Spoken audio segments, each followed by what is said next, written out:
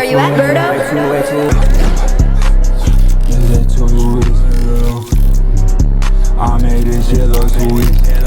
Alright, y'all, today we got new crime scene evidence proves T Grizzly killed his aunt allegedly. I've seen another title that said not only did T Grizzly get his aunt set up, also impregnated his aunt. And that is potentially why he wanted her off. Now again, all of this is alleged, but the situation is so crazy. Yeah, we're talking about Sweet Home Alabama type of shit. Let's just get right into it, bro. But depending on how this situation plays out, I might not be able to listen to T Grizzly anymore, bro. Oh my God.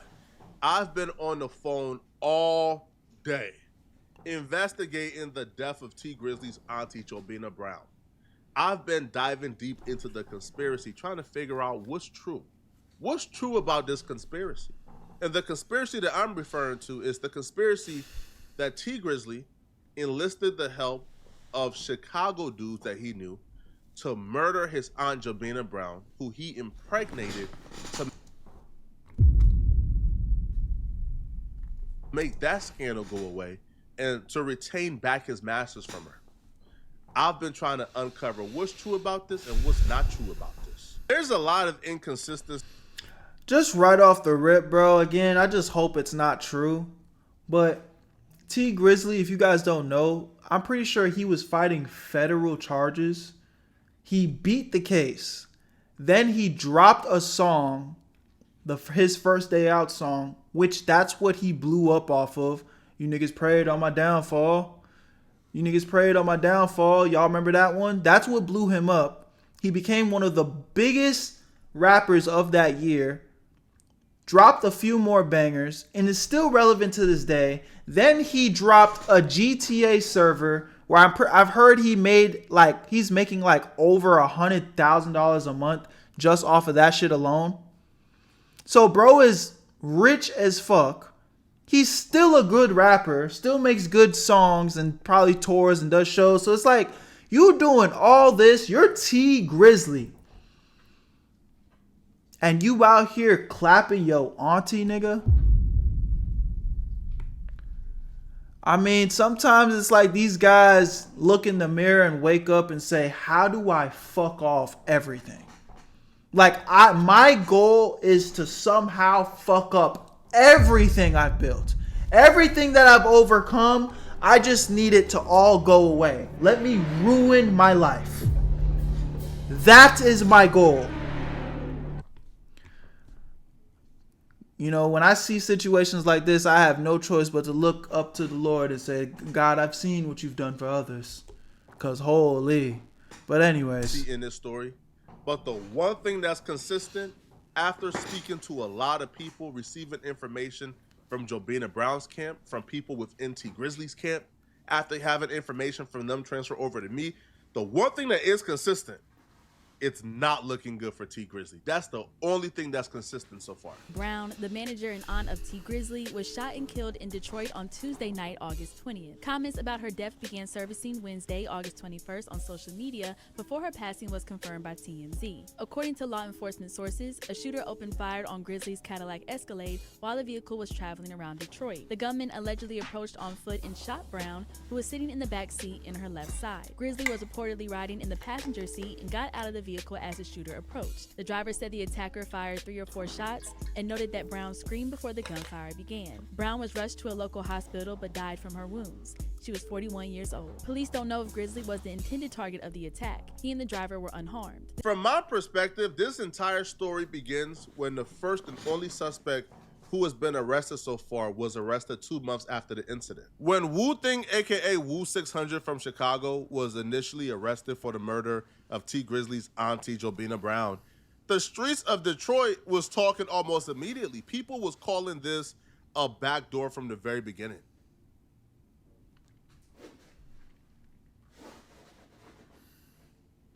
Everybody on the east side know that, nigga. Them been facts. What you talking about? How the you don't know? What you mean? You know that everybody who killed everybody and popped everybody, but y'all don't know how son that got down on auntie though. The bro, what you think? What kind of crime reporter is you? You mean? People initially thought when people in Detroit was calling it a backdoor, they were referring to OTF or 600 backdooring T Grizzly. Because at the time, T Grizzly was really close with OTF and 600 through Buka 600. So when a 600 member murdered his auntie, people thought, man, the OTF or 600 like backdoor T Grizzly? It wasn't until time went by and people began to put the pieces together. Like, hold on. OTF or 600 couldn't have backdoored T Grizzly because the killer of T Grizzly, Wu-Tang, was arrested in 2019. In 2022 or 2023, T Grizzly did a joint album with Lil Durk. In 2024, T Grizzly made Buka 600 right-hand mans with the killer Wu-Tang his groomsmen for his wedding. So T Grizzly was becoming T Grizzly got married? closer, like probably closer than ever with the alleged parties that murdered his auntie. So it couldn't have been a backdoor, because if it was a backdoor, if he felt like his life was in danger, because T Grizzly did multiple interviews saying that they were coming after him, that the shooters opened up the car door looking for him. So if the parties who murdered your auntie was actually looking for you, then you wouldn't be like friendlier with them. You wouldn't be closer with them. You wouldn't make Buka 600 your groomsman. You wouldn't, right, like do a song with Lil Durk or a joint album with Lil Durk. And the only Lil Durk ties here is Buka 600 is signed to OTF. But Lil Durk has nothing to do with this whatsoever. So that's when the theories of, okay, maybe T Grizzly backdoor his auntie. Maybe T Grizzly set his auntie up to be killed. Now, I have the full indictment of Wu-Tang, and the full indictment, I believe, tells a story that leans more towards somebody backdoor that auntie. I don't know if it's T Grizzly, but the indictment and the story told in the indictment lends me to believe that somebody backdoored that auntie. Let's get into the full indictment and what evidence they got on Wu-Tang that led to his arrest. The police was able to trace the getaway vehicle, which was a blue Nissan with the license plates HRK 4937. They traveled to Michigan the day before, and then 2 hours after the homicide, they traveled to Chicago. The vehicle was a rental car, so when they didn't return the vehicle after the homicide, Hertz Rental reported the vehicle stolen. Even though the vehicle was reported stolen, even though the vehicle was involved in a homicide 2 months prior, Wu-Tang was still driving around Chicago in that vehicle, knowing how hot it was. Well, he was parked in the alleyway one night, October 19th. Nah, we didn't yet. He was parked in the alleyway. The police pulled up because they ran the tags and they seen the vehicle was reported stolen.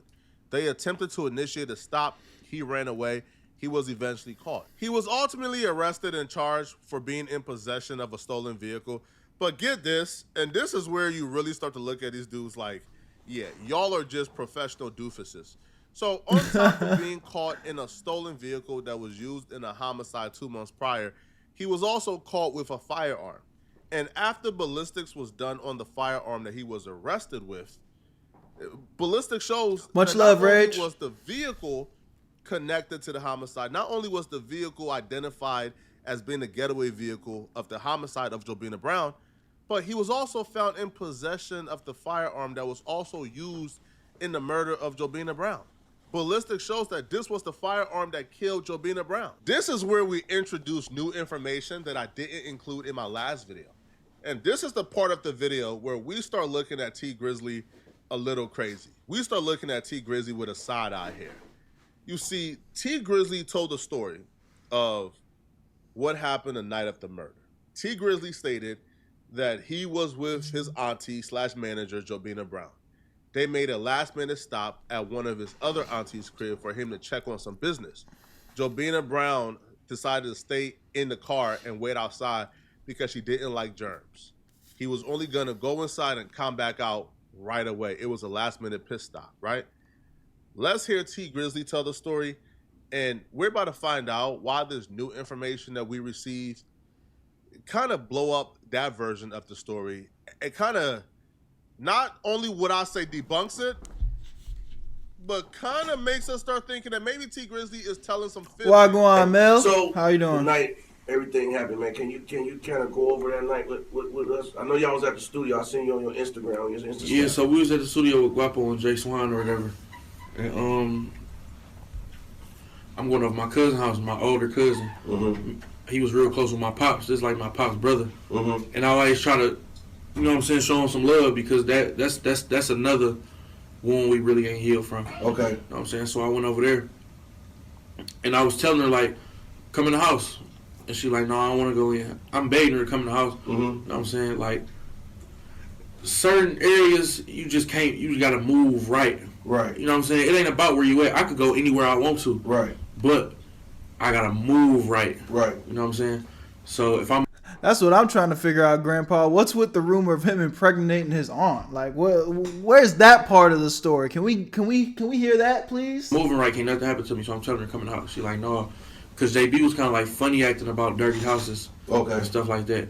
The house wasn't even dirty, but to her, she just a clean, real clean person. Okay. It's like, no, I don't want to go in them people's house. I don't want to sit on their furniture and all that stuff in there. I'm like, all right, I'll be right back. So I'm knocking on the door. My people's taking so long to come to the door. You know what I'm saying? Mm-hmm.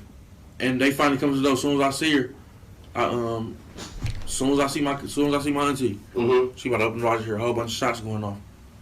You know what I'm saying? Behind you. Behind me. I hear a whole bunch of shots going off. So I get down because I'm thinking they about to come to the side and start, you know what I'm saying, shooting at me, and I ain't got nothing on me at the time. Mm-hmm. My cousin ran out with a gun. I'm like, perfect. So we ran out on the street. When we ran out, my driver was gone with no cars out there. I'm like, She was in the. So what was the vehicle? She was in the car. Like yeah, she was in the car. She was in the car. Okay. She was in the car on the street. So my cousin ran out with the gun or whatever, and we ran out in the front to see what's going on and to, if somebody up on us, we gonna get them off us. Basically what happened, they walked up to my door and opened my door. You know what I'm saying? Some niggas opened my door, mm-hmm. trying to get at me. Ended up hitting her up. Where'd they hit her on the body? They hit her on her side and in her arm. She didn't get hit in her head or her face and nothing. Again, it's like, I see this and I wanna just assume that he's just such a street nigga that he's so desensitized to killing and bloodshed of the fam, but it's like, bro, you just calmly talking about that shit. Smooth playing the game, talking about that shit. That's your auntie, man. Just all on her side. Mm-hmm. You feel me? How many on times? The side where her heart at. Oh yeah. Yeah, on the side like where her heart at too. So that's. T Grizzley said the kill. Yeah, just like on the side where her heart at and shit too, man. You know, type shit, quick shit. Play back the game. God damn. Killers were looking for him because he exited out of the vehicle from a specific side of the car. When he exited out of the vehicle, he went to the side porch to get let in. The killers couldn't see he was at the side porch, but they knew what side of the vehicle he was in. So when the killers seen the vehicle was parked, they went to the vehicle and opened up the side of the vehicle that T Grizzley was sitting in before he exited out. They opened it up and began to shoot at the auntie because they thought the auntie was him, because they thought he was sitting there. Again, if the killers couldn't see T Grizzley because he was at the side porch, that would mean they didn't see T Grizzley get out the vehicle because they would have just followed him. Then that would mean the only reason why they would know that T Grizzley was sitting on that specific side was because they seen T Grizzley get in the vehicle on that particular side and they followed him to the location. Here's why that don't make sense, and here's why the facts of the case actually debunks everything T Grizzley just said and sort of opens this case up where anybody can be a suspect. And dare I say, hold up, this nigga Poetic Flacco moving like the feds. Hold up, you doing the police job for him? Shit. T Grizzley could be a suspect. Wu Thing kept his phone on the entire time he committed this homicide. I don't know what I would expect from someone who was still in possession of the getaway vehicle and the murder weapon, but he kept his phone on the entire time, and they were able to trace him coming into Michigan and leaving Michigan after the homicide. But they were also able to pin him at the crime scene. And this is why T Grizzly's story don't make sense at all. The cell phone towers pinged Wu Thing's cell phone at the murder scene for more than an hour and 56 minutes. So it started pinging Appreciate you, around Mel. 7 p.m. and continued pinging until 8:56 p.m., which is minutes before the shooting occurred. That means that Wu-Thing was at the murder scene for an hour and 56 minutes. He was at the murder scene for an hour and 50 minutes before T Grizzly and them got there. So he was hiding out. He was waiting. He was expecting them to come to that location. How did the shooter know that T Grizzly and his aunt was gonna be at the location if the location was an impromptu stop? If the location was hey, yo, let's stop right here real quick. How did they know to wait out at that address for an hour and 56 minutes waiting for them to show up? It doesn't make sense whatsoever. And also, if they was at the location for an hour and 56 minutes, then they seen T Grizzly get out the vehicle, which will make sense. They didn't see him get in the vehicle because they wasn't at the location when he got in the vehicle. But they seen him get out the vehicle. They seen him walk to the side porch, which is why they came over. Shit. I see what's going on right now. I'm really understanding what bro was putting down, bro. This nigga T Grizzly sounded like he was in on it, on the hit. Oh shit. Open up that What the fuck, man? car vehicle knowing he wasn't gonna be there and began shooting. This is just my theory, people. And began shooting.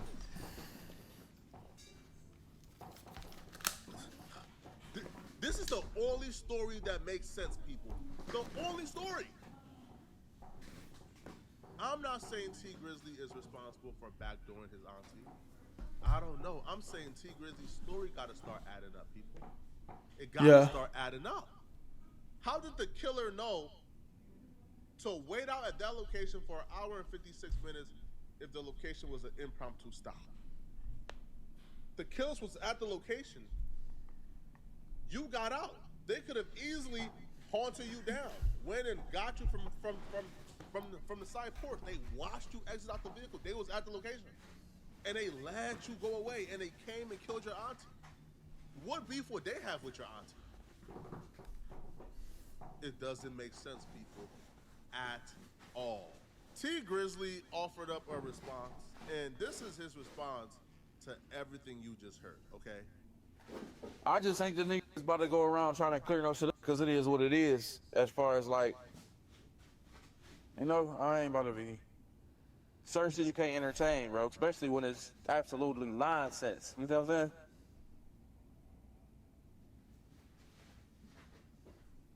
But you do got a lot of motherfuckers that go to the internet and think that everything they see on that bitch is facts. It's not a place for facts.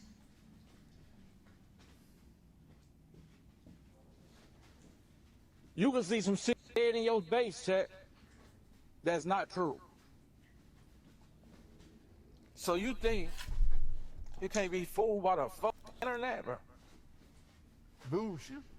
So what will the motive be for T Grizzly to do this to his auntie, to backdoor his auntie / manager? And they're not blood auntie. Now, I talked to some. Oh well, that at least make the whole being pregnant by the nigga thing a little bit easier to digest. It's not his blood auntie, guys.